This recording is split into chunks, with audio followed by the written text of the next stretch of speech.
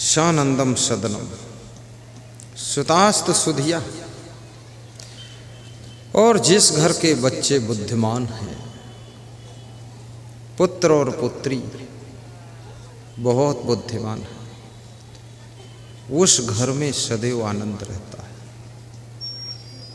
बुद्धिमान पुत्र बनो और बुद्धिमान पुत्री बनो, इस बात को गौर से समझना। कांता प्रिया लापनी।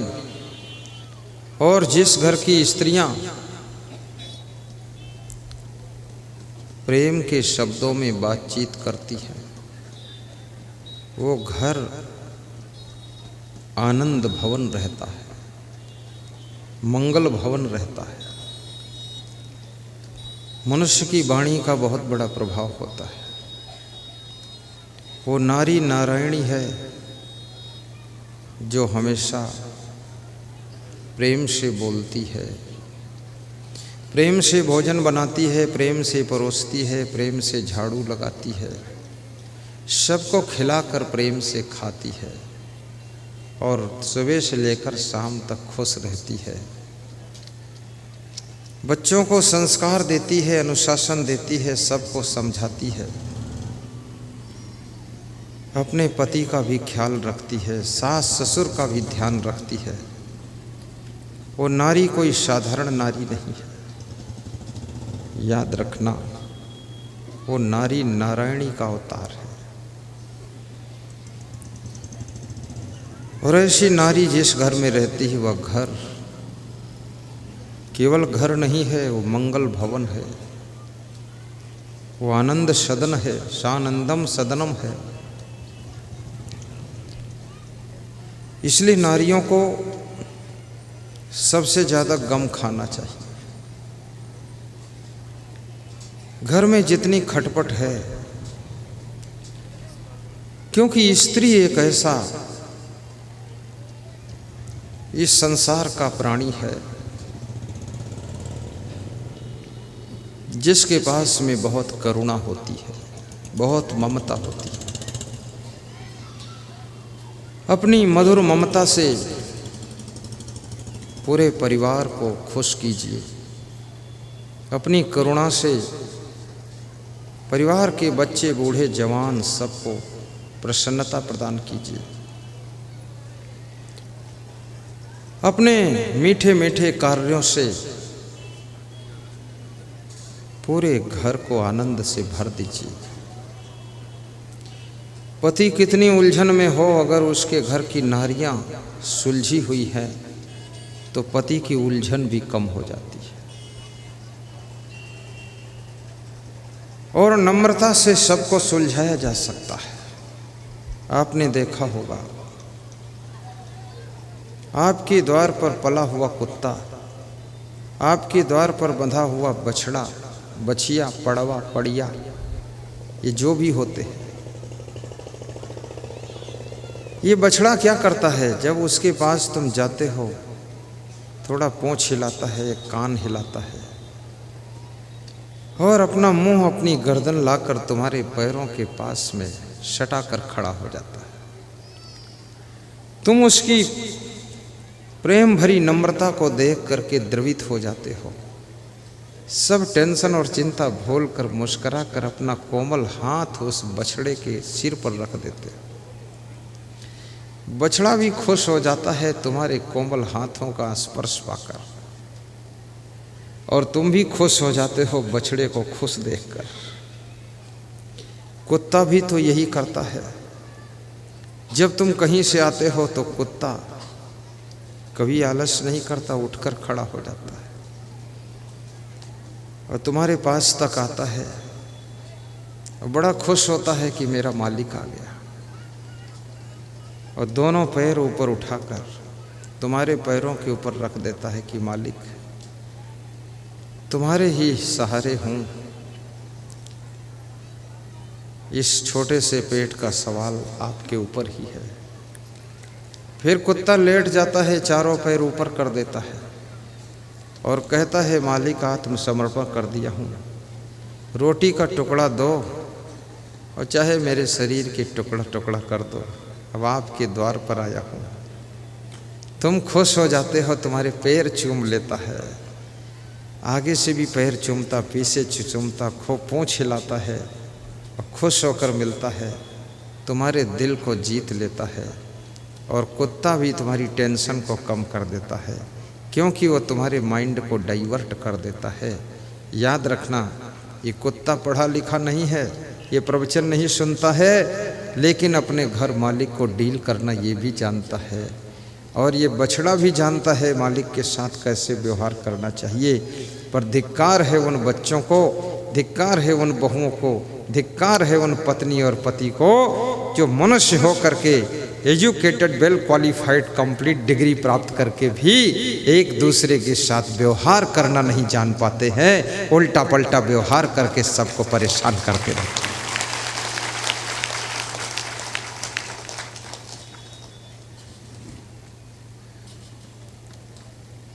बड़ी प्रसन्नता हो रही है, क्योंकि ऐसा सुनहला मौसम उम्मीद नहीं थी। इच्छा पूर्तिम धनम, जिस गृहस्थ के धन में आवश्यकताओं को पूर्ण करने भर का धन भी होता है, उस घर में सुख निवास करता है। इसलिए आपको धनवान भी बनना चाहिए। गरीबी भी एक दुख है, कंगाली भी एक दुख है। और यदि गरीबी है तो आप जरा गौर करके देखना, क्या आपके घर में गंदगी तो नहीं है? यदि गरीबी है तो आप घर में गौर करके देख लेना कि आपके घर में क्या आलस्य तो नहीं है किसी को।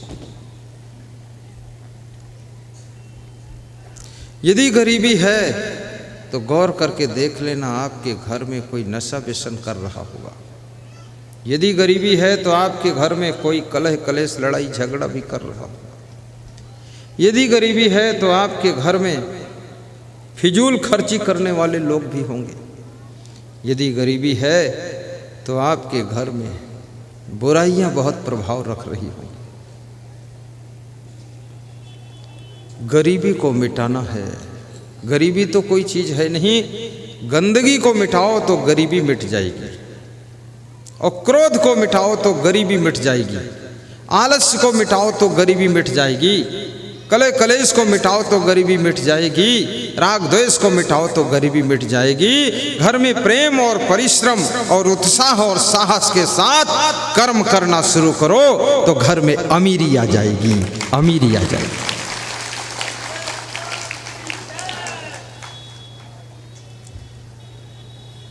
आपस में प्रसन्न होकर के बात करो तो घर में अमीरी आएगी। खूब प्रवचन सुनो तो घर में अमीरी आएगी। गंदे गंदे गीत सुनोगे तो घर में गरीबी आ जाएगी। साहिब बंदगी बोलोगे, घर में गरीबी दूर हो जाएगी। और ध्यान देना, माता पिता के सुबह उठकर पैर छुओगे, सोने से पहले शाम को पैर छुओगे, आपके घर में अमीरी का आना शुरू हो जाएगा, लक्ष्मी आएगी। अपने पति के पैर छूकर प्रणाम करोगी, आदर करोगी, आपके घर में कभी गरीबी नहीं आएगी। पान, तंबाकू, पुड़िया, बीड़ी, सिगरेट, गांजा, चरस और दारू और जुआ, ये सब त्याग कर दोगे तो घर में जितनी चाहो उतनी अमीरी आ जाएगी, जरूर अमीरी आएगी। ऐसा वैसा खाना पीना बंद करो, सहनशीलता बढ़ाओगे तो अमीरी बढ़ेगी। मेहमान का सम्मान करोगे तो अमीरी बढ़ेगी। संत गुरु का ध्यान लगाओगे तो अमीरी बढ़ेगी। रावण का ध्यान लगाओगे गरीबी बढ़ेगी, सोने की लंका भी भस्म हो जाएगी।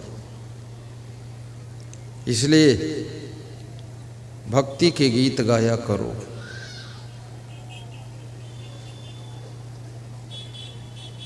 गुरु जी पुकारा करेंगे, तुम्हारा तुम्हारी शरण में गुजारा करेंगे। इच्छा पूर्ति धनम सो योषित रति। और जिस पति का प्रेम अपनी पत्नी से है वह घर आनंद भवन बन जाता है। वो गृहस्थ आश्रम धन्य है जो पति अपनी पत्नी को धोखा नहीं देता है, अपनी पत्नी से पूर्ण प्रेम रखता है, वह गृहस्थ आश्रम धन्य हो जाता है। जो शिष्य अपने गुरु से पूर्ण प्रेम रखता है, पूर्ण श्रद्धा रखता है, वो शिष्य का जीवन धन्य हो जाता है। और याद रखना, स्वाज्ञापरा सेवका, और जिस घर के सेवक काम करने वाले सब आज्ञाकारी होते हैं, उस घर में भी आनंद आनंद रहता है। जो लोग मनमानी नहीं करते हैं, घर मालिक की बात मानते हैं, वह घर धन्य होता है। आतिथ्यम प्रतिदिनम शिव पूजनम मिष्ठान्न पानम गृहे। जिसके द्वार पर अतिथि का सत्कार होता है, अतिथि देवो भव माना जाता है, जिसके घर में रोज पूजा पाठ सत्संग होता है प्रतिदिन, और जिस घर में मिष्ठान्न पकवान भी बनते हैं, कभी छोले, कभी खीर, कभी सेवई, कभी रसपुआ, कभी मालपुआ, कभी केवल पुआ, खा लो बुआ, हाय गुरु जी की दुआ। ये क्या हुआ?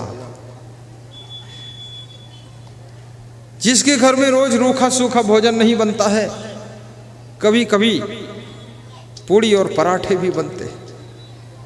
होली, दिवाली, रक्षाबंधन, गुरु पूर्णिमा, महोत्सव, कबीर जयंती आदि पर्व के दिन त्योहार तो मनाया ही जाता है, लेकिन अगर त्योहार नहीं है फिर भी महीने में 1-2 बार त्योहार जैसा पकवान बनाकर जिस घर में खाया जाता है, मेहमान को खिलाया जाता है, उस घर में याद रखना वह घर भी धन्य है और वहाँ सुख और आनंद रहता है।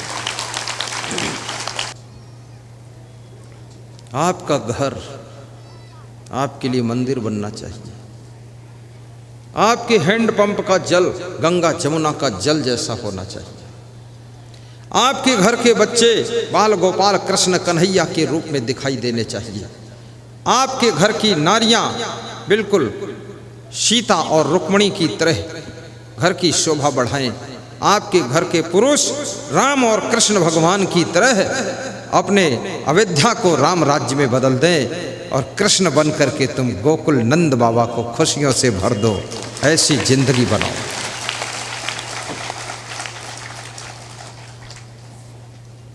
प्रतिदिनम मिष्ठान्न पानम गृहे।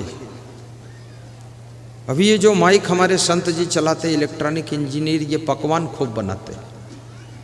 पकौड़ी, पकौड़ा, पूड़ी, कचौड़ी, इसके बड़े आर्टिस्ट हैं वही, और इलेक्ट्रॉनिक इंजीनियर हैं। ये सब सिस्टम वही चलाते। ये टीवी में जो प्रवचन आता है वही सेट करके देते हैं, मोबाइल में जो डालते वही डालते हैं, लेकिन जहाँ देखते हैं चूल्हे पर कढ़ाई है तो वहाँ पहुँच जाते हैं और तुरंत पूड़ी कचौड़ी निकालने लग जाते हैं। ये भी एक कला है। और मैं निवेदन करूँगा, आपके अंदर जितनी कलाएं हों, जितने गुण हो, जितनी योग्यता हो, क्षमता हो, उसका पूरा सदुपयोग कीजिए, क्योंकि एक दिन मृत्यु आएगी, इस शरीर को मृतक कर देगी। इस शरीर मरने के बाद इस शरीर के साथ जो भी शक्तियां क्षमताएं प्राप्त हुई हैं वह सब व्यर्थ हो जाएंगी, हमसे दूर हो जाएंगी। इसलिए जीते जी इस शरीर की सारी शक्ति का प्रयोग कर लेना ही बुद्धिमानी का काम है। दूसरों के मनोबल को भी बढ़ाइए। तो मैं एक कथा सुना रहा था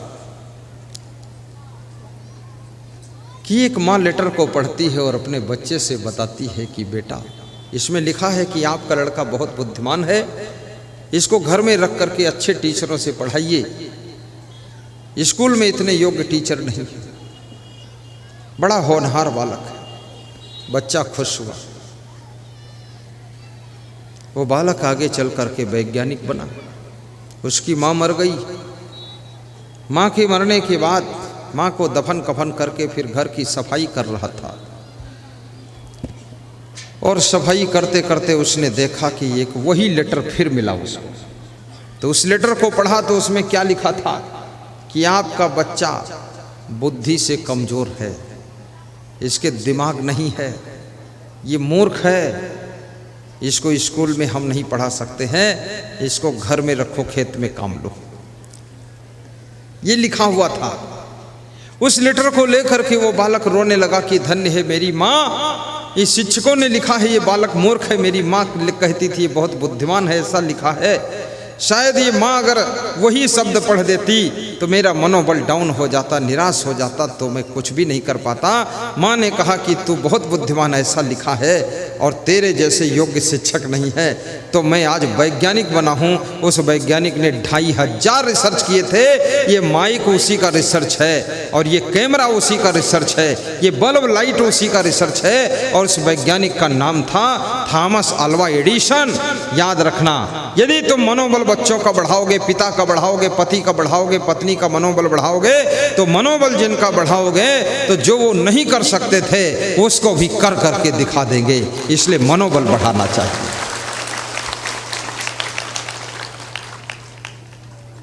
धन बल, जन बल, सभी प्रकार के बल होते हैं, लेकिन सबसे बड़ा बल मनोबल, आत्म बल होता है। नास्ति मेघ समम तोयम, नास्ति चा अन्न समम प्रियम, नास्ति चा चक्षु समम तेजो, नास्ति चा आत्म समम बलम। मेघ के जल के समान कोई जल नहीं है, अन्न के समान कोई प्रिय पदार्थ नहीं है, आँख से बड़ा कोई प्रकाश नहीं है, और आत्म बल से बड़ा कोई बल नहीं है। अगर आत्म बल नहीं है, हाथ में बंदूक होगी तो हाथ कपने लग जाएंगे। आत्म बल है, हाथ में केवल डंडा है, तो भी आप विजय प्राप्त कर सकते हो। इसलिए आत्म बल हमेशा बनाए रखो। ऊंची तमन्ना भी रखना चाहिए, सोच को बड़ा करो, ये छोटी सोच मत रखो। गरीबी में भी बड़ा सोचो।